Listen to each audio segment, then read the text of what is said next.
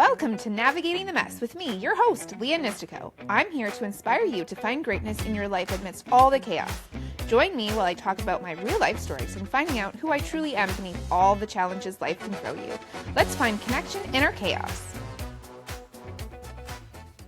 Hello, welcome back. This episode is basically about how I navigated being shunned by my entire family, my in-laws, and how my name was dragged through the mud. How I navigated through that was extremely hard for me as a person. I was stuck in being a people pleaser for so long that when people started turning their backs on me and not liking me, that was extremely hard for me to stay stuck in my boundaries or how I wanted to run my life. Because I've wanted everyone to like me since as little as I can remember, navigating through that was extremely hurtful, painful. I was confused a lot.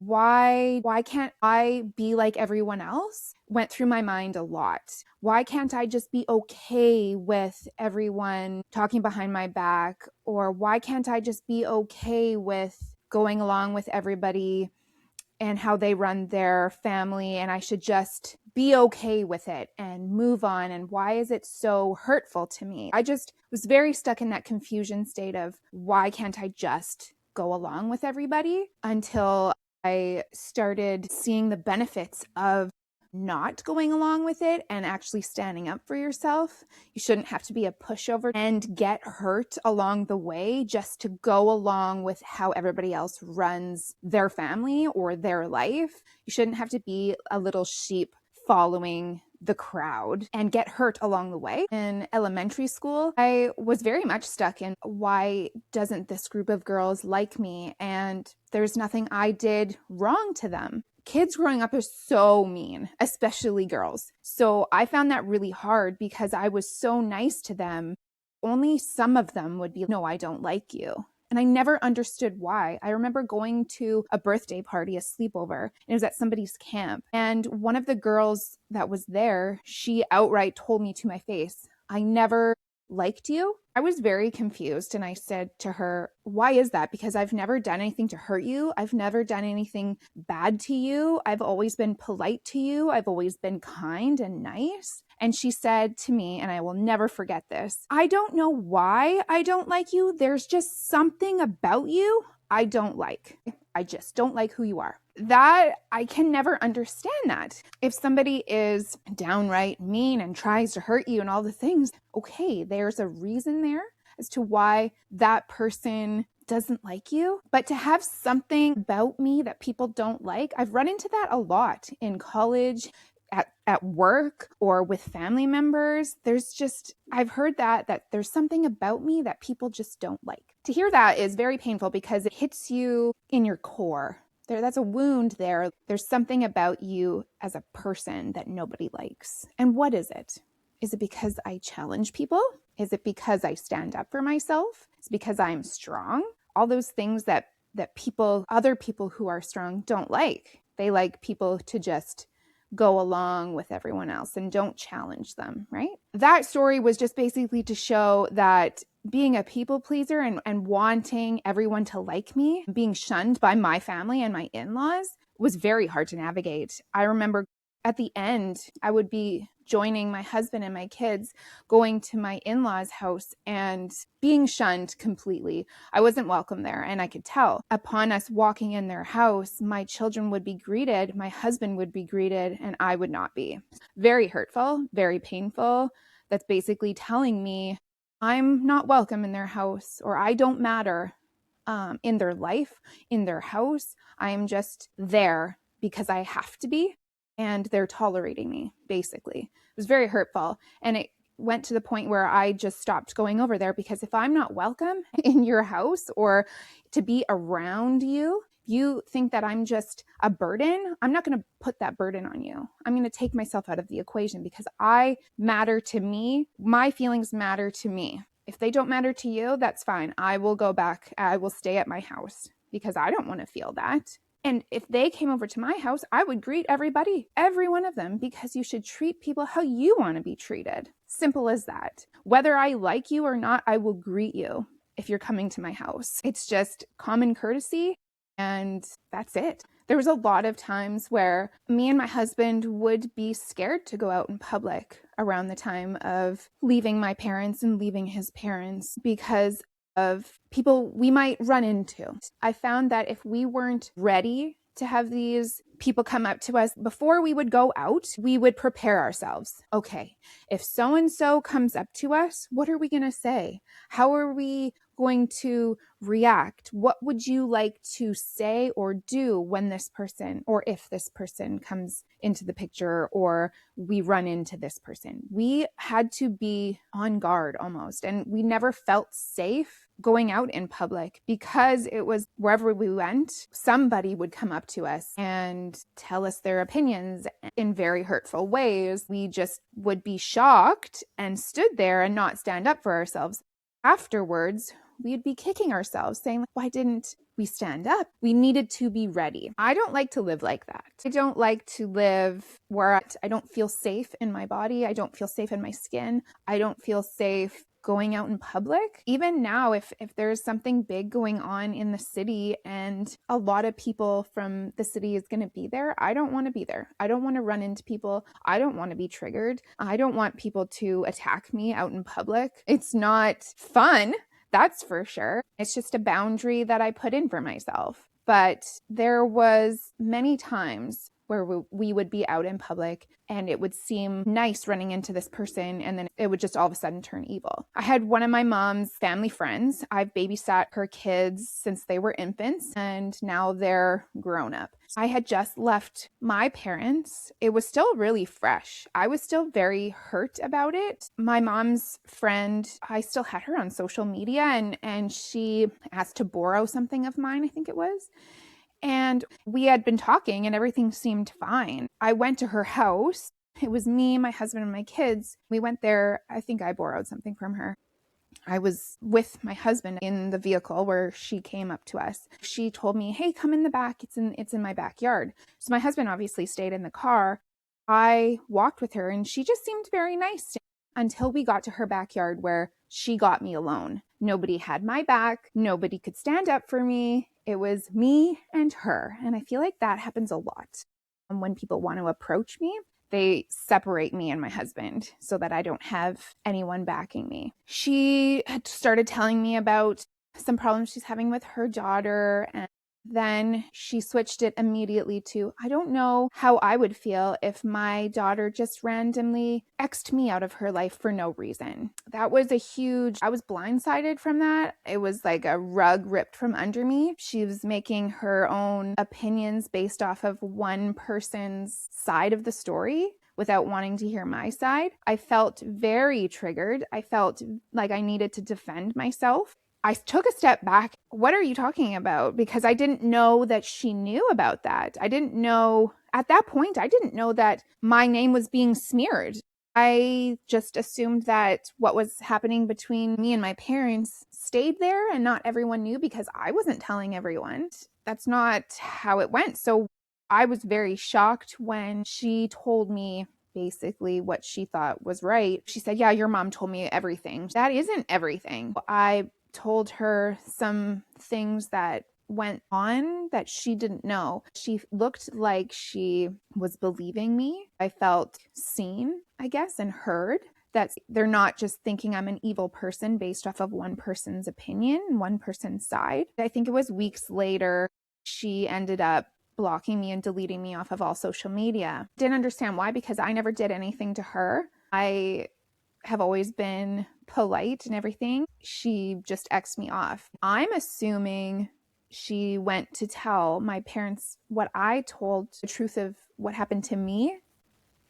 My parents obviously said it was a lie, and so she just X'd me off. It's discouraging. It makes you feel very alone when everyone just doesn't believe you, because my parents put on a very good show of being great people to everyone else. I do remember at my 30th birthday, my parents were there, and it was a surprise party for me, and my best friend and her husband were there. When I was going through leaving my parents, she obviously confided in her husband, and her husband said to her, My gosh, I can't believe that. Leah's mom was so nice. I don't understand. That's, I feel, what they don't understand, because she is so nice to everyone else. She is so kind and loving and the life of the party to everyone else. That's why it's so discouraging and it's so confusing that I am labeled as the problem and the bad person because I'm standing up for what's right. I don't want to be treated in a certain way.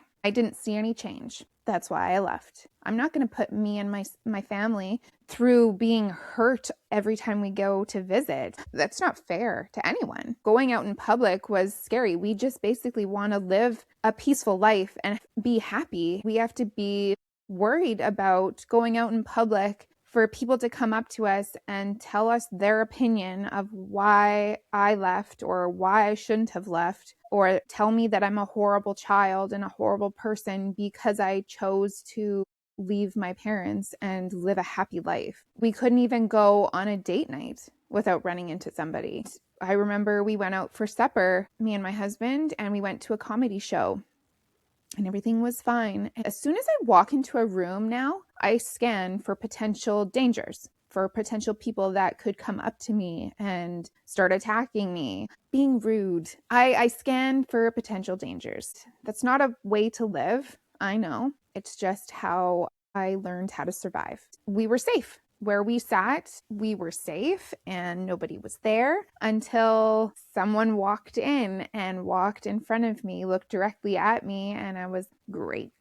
It was my stepdad's friend. He sat across from us I thought, okay, well, he's not going to come up to me. It's been a while. It's good. Everything's fine. The comedy show happened. We were more calmer and felt more safe. As soon as the comedy show ended, we were basically waiting for people to file out, leave the room. Then my husband went to go pay for our drinks that we had. I was alone at the table, and that's what that guy was waiting for. Immediately, as soon as my husband was gone, he gets up from his seat and he comes toward me. He basically just asked me about my life. I was truthful and I said, it's going great. I'm super happy. I was just telling him what we've been doing and how the boys are. And I just thought it was a nice catch up until he said, that's good for you, but your mother is so upset and she doesn't understand and she just wants to let you know that she loves you so much and all the things, and how could you leave? It hurt her so much. And I'm just, are you serious right now? I can't go out in public and just live my life happily without someone giving their opinion. Why is it that people think that they're involved? If you were not living my life in the house for 30 years with me, then you don't have an opinion. How can you have an opinion based off of one person's point of view? Don't people know that there's more than one side of the story? And to me, if people are believing one side of the story immediately, then that means they've always either not liked you or they always thought that that was a potential that you could do. Because why else would they believe one side of the story? Unless they thought, oh yeah, I always thought that she could do that. Or, oh yeah, I always thought she was a mean person. They had to have thought badly of me to believe one side of the story and not even give me a chance to explain why. Does it even matter? It shouldn't matter even. It's not their life. And it just shocks me to know that these people aren't challenging what they've heard. Because if someone came up to me and said something bad about my best friend or maybe my sister-in-law, I would say, that doesn't really sound like her, or what happened? What did you do? There has to be two sides of the story. I would challenge that. I wouldn't just immediately believe one side of the story. That's exactly what my stepbrother did. So my stepbrother left home when he was 18 and he moved to the army. When he moved to the army, we haven't really got a chance to hang out with him. It was just, he was gone. He would come back every now and then, but he can't talk about his experience in the army because everything was classified. It was really interesting. He moved away, and so he wasn't really included with everything, all the family dynamics anymore. When I left, he had heard it through the grapevine that I'm no longer in the family. He texted me and he just randomly one day and said, how's things going with you? And it felt good that somebody actually cared about me. That's part of the family. And he's my stepbrother. He's not even my real brother. Regardless, we've known each other since I was 18 months old, but still, it goes to show that just blood family, it doesn't matter. You can create your own family through friends or whoever. It's whoever is going to support you and love you unconditionally. He reached out, asked how I was doing, and we had this conversation. And then he had said, "Can I know your side of the story of what happened and you left the family?" I was shocked that he knew, shocked that he asked what my side of the story was. He said, "You can give me a call and we can talk on the phone." Huge. That was huge because my stepbrother, he's very quiet. He doesn't talk on the phone often. So I was very shocked about that. He told me that his dad, my stepdad, called him and basically just started bashing me, said that I left the family and they have no idea why. His son, that's his son, challenged him and said, "She doesn't just leave for no reason. So what did you guys do?" His dad was so shocked. He couldn't even answer the question. He said he was talking around the subject and he kept saying, "No, Dad, you're not telling me the reason. This doesn't make any sense. A person doesn't just leave family for no reason." So what was said or what was done from you guys for her to be so upset? There has to be two sides to every story. And his dad just didn't like the fact that he was being challenged because he wants everyone to believe one side of the story immediately, right?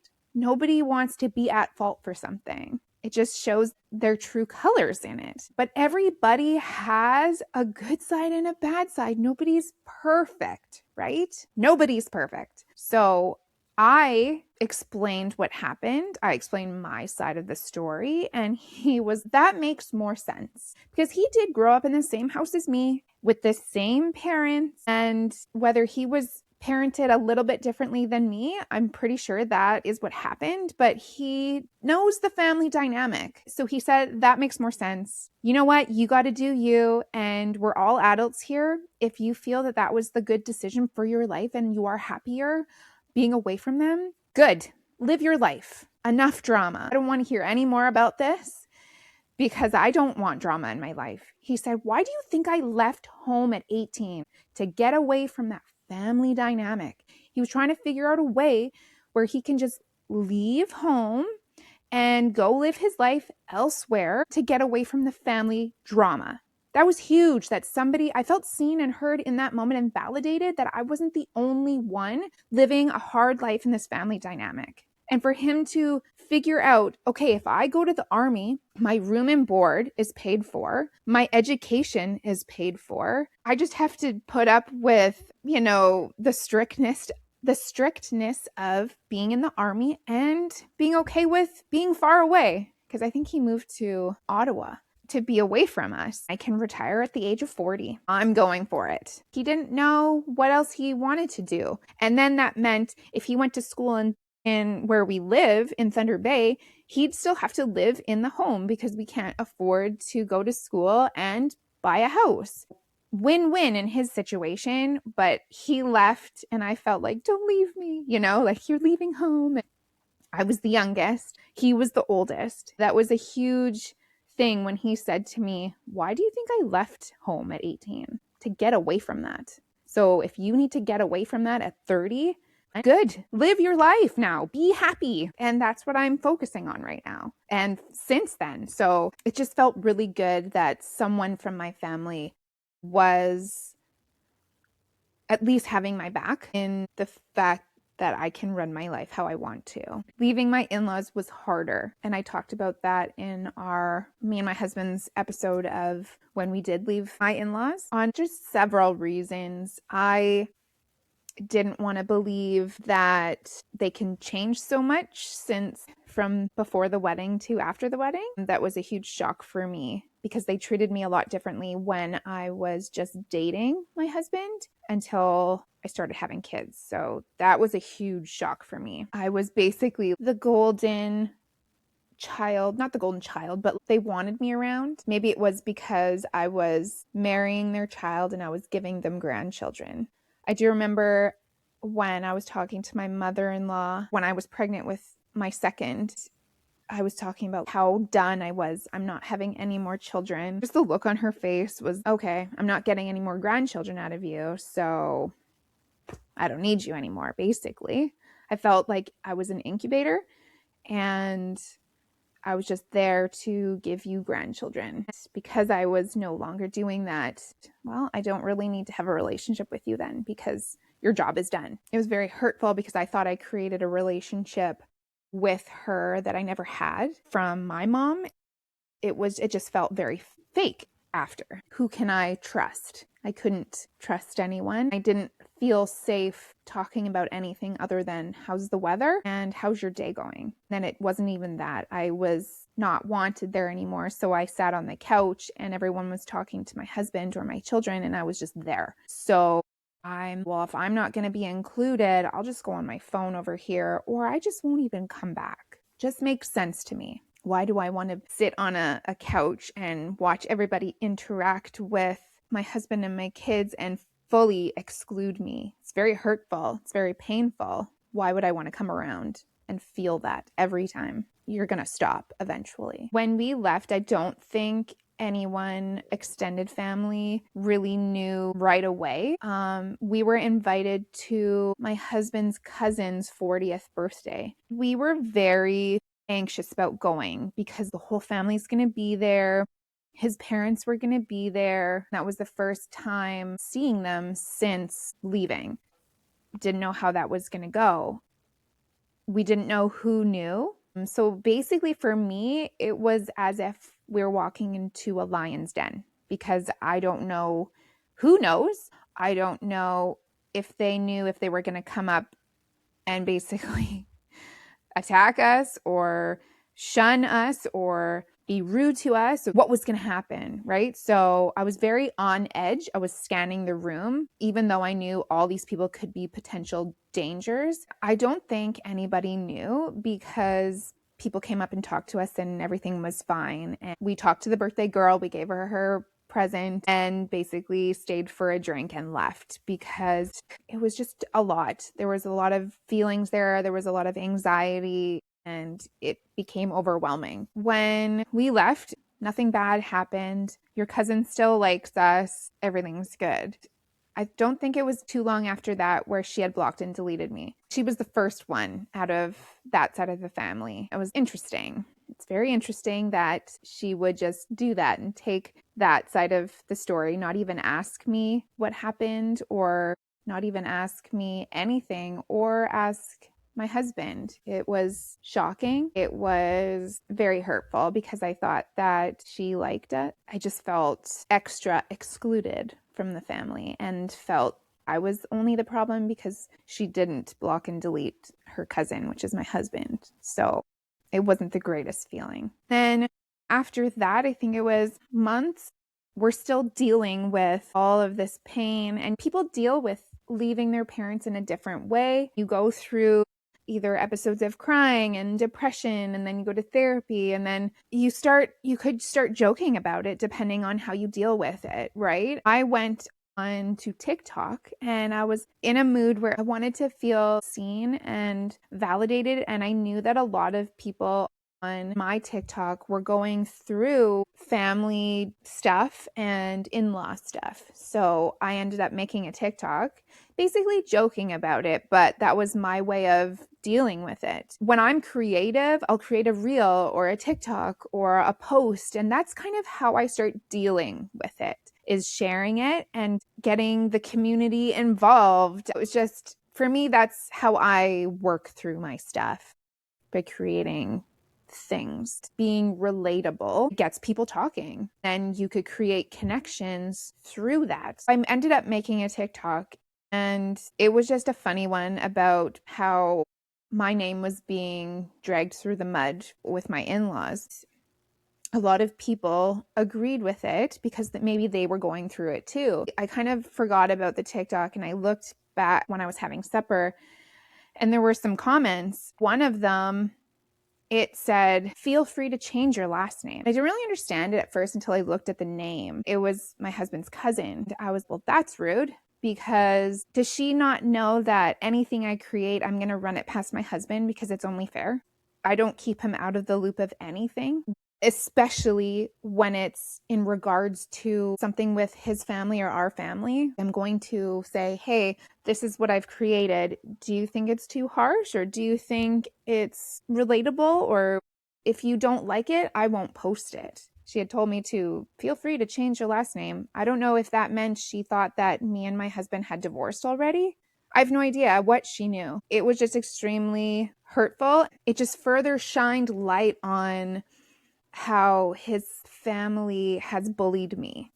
So I showed my husband and he was, wow, that's uncalled for. He wrote in there, having my back. He said, how can you say that only knowing one side of the story? That's super hurtful. And immediately she took down her comment because she, I guess, thought that me and my husband maybe were divorced, and I was just keeping his last name. You could really tell that these people were bullies. It just shines light on the fact that these people never really liked me. Now that more people are turning their backs on me, it just gives them a reason to be mean now. They never had a reason to be mean before, but now it's perfect. Now I can show my true colors with this person.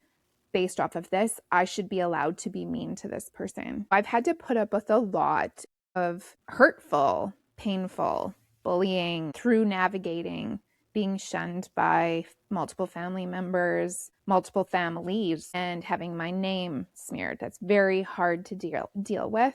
A lot of the time I felt like just giving up, just kind of dropping off the face of the earth and kind of letting them win, I guess, in a way. Sometimes you do need to just drop off the face of the earth and just do you for a while and be like a hermit. And that's where you heal. Then once you feel safe enough, you can rise from the dead and be this powerful, stronger version of yourself and happier to not have to prove myself to these people. They've made up their mind about who they think that I am. And now it's up to me to accept that they feel that way. And I can't change their minds. Once somebody's mind is made up about you, you could be Mother Teresa.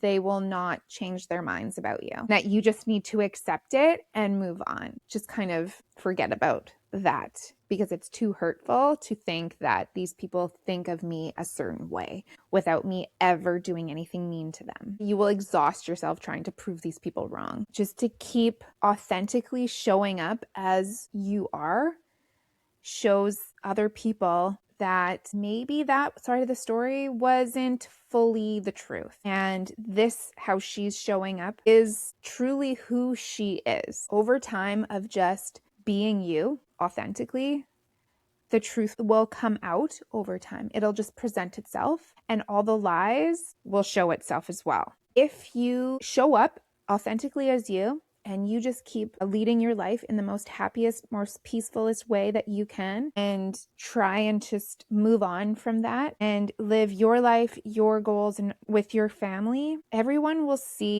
that you're trying to live your best life. And then everyone will see that these people living in a negative light, still constantly bickering or still constantly talking and smearing your name in a negative way, eventually they're going to see who the problem actually was, right? If you're focusing on you and you're not talking badly about people, or you're not gossiping, you're just focusing on you and your family, and these people over here are gossiping constantly and trying to prove their point and trying to make you look like a horrible person, who's the problem here? People will see that. They're not so naive to think that this person was always right and one side of the story is the only one that matters. Look at the facts here. If you feel the need to constantly having to prove yourself to these people that you're a good person, and you're overexerting yourself and you're exhausting yourself trying to be, but no, believe me, I'm a good person. They're not the people for you. The people for you will see you in a good light, regardless if you make a mistake. Everyone makes a mistake. The people for you will always be there, support you, love you, always. Won't just randomly turn their backs on you. I've learned that in finding your true people, it will feel so lonely at first because everyone's dropping like flies. Everyone's leaving. But when everyone leaves, that's allowing better people to come in eventually. It's making room for the better relationships to come your way. And then all the anxiety you ever felt in all those other relationships will be gone. You will start to feel that everyone that's coming towards you is real. That was a big one for me, to be real, that I can trust you. Truly, we both love everyone. There's just like the real love and acceptance. You can be who you truly are, and people aren't going to be gossiping behind your back or thinking negatively or all those drama. That's not going to be there anymore. So when all those toxic people leave, wish them well in their life, but that gives you an opening for the real, true people to enter your life. It just makes room for who actually belongs in your life. If those people, those toxic people, want to leave and bully you on the way out, let them. It's just making room for better people to come into your life. A couple podcast episodes ago, I had talked about how I got into a disagreement with my aunt because she didn't understand my boundaries and she overstepped them. It was never the same after that. So I was very distant because I didn't trust her, obviously. And she didn't properly really acknowledge her fault in it or apologize. So I just didn't feel close with her anymore. I felt more close with other family members. So when we would come to visit, normally I would, out of obligation, visit everybody, regardless if I felt comfortable there or not. So this time I was more standing my boundaries and I chose not to visit certain people this time. I felt good in the fact that I didn't do it out of obligation. I did it because I wanted to see these people. She all of a sudden deleted me off of all the social media. It's everybody's go-to, I feel, and it's a huge abandonment wound for me, but I had to deal with it. And I contacted her and I said, I don't understand why you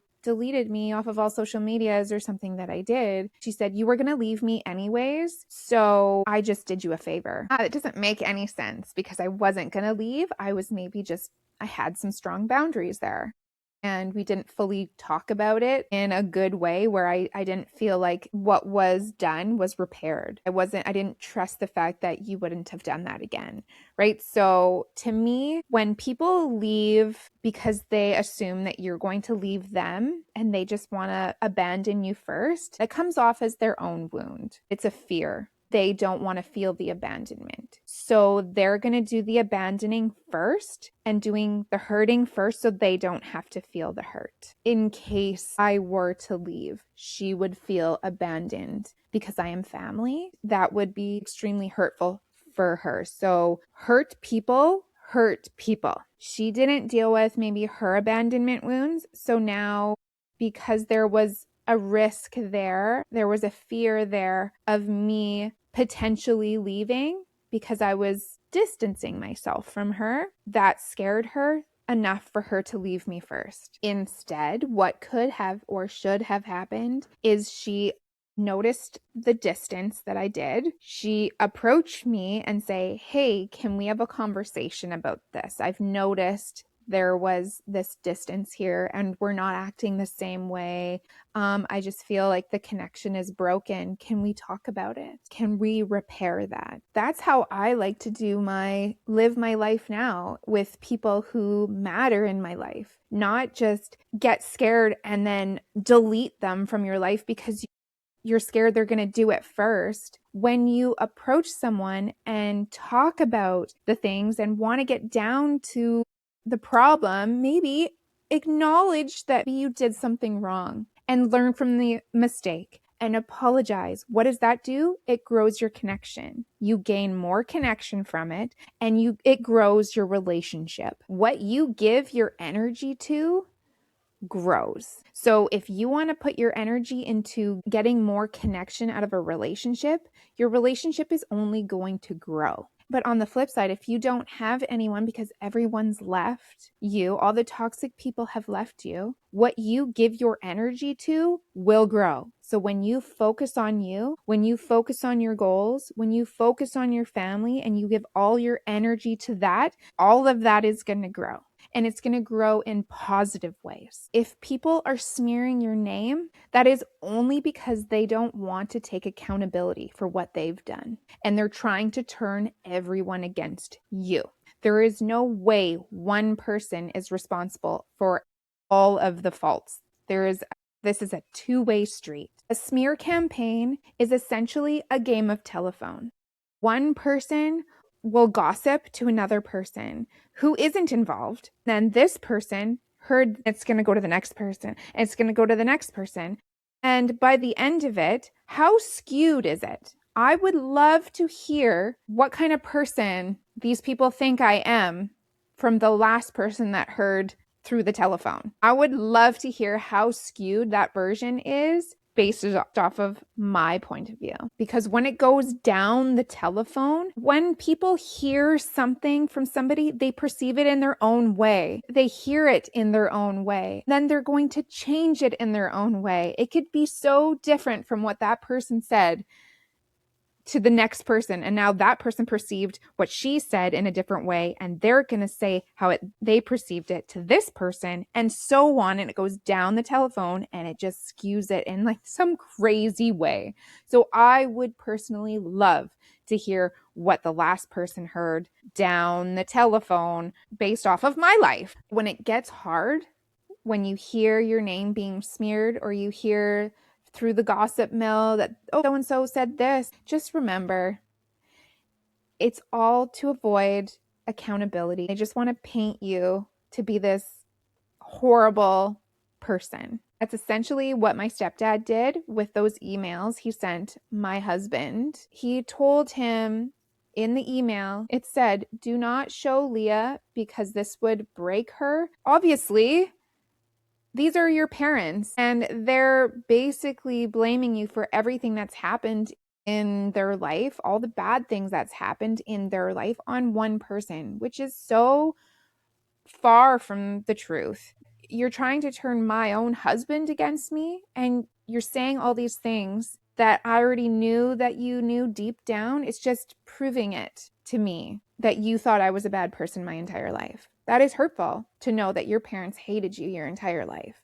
And it's now in these emails, and you can't erase these emails because they're saved on a computer now. And you can't go back on your word if it's in writing. In those emails, it was diabolical to hear some of the things that I was blamed for. My grandma moving away. How can an 8-year-old be blamed for their grandma choosing to move to Ottawa and not staying in Thunder Bay? What? That is unreal, to blame one person for every bad thing that's happened. That's a scapegoat right there. The good people in your life are not so naive to think that all of that is true. If they truly love you and support you, they will know that those are lies. They will know that is not the person you actually are. This is those people's version of you. And if they want to think that, let them go away from your life, because you don't need that toxicity in your life and that negativity.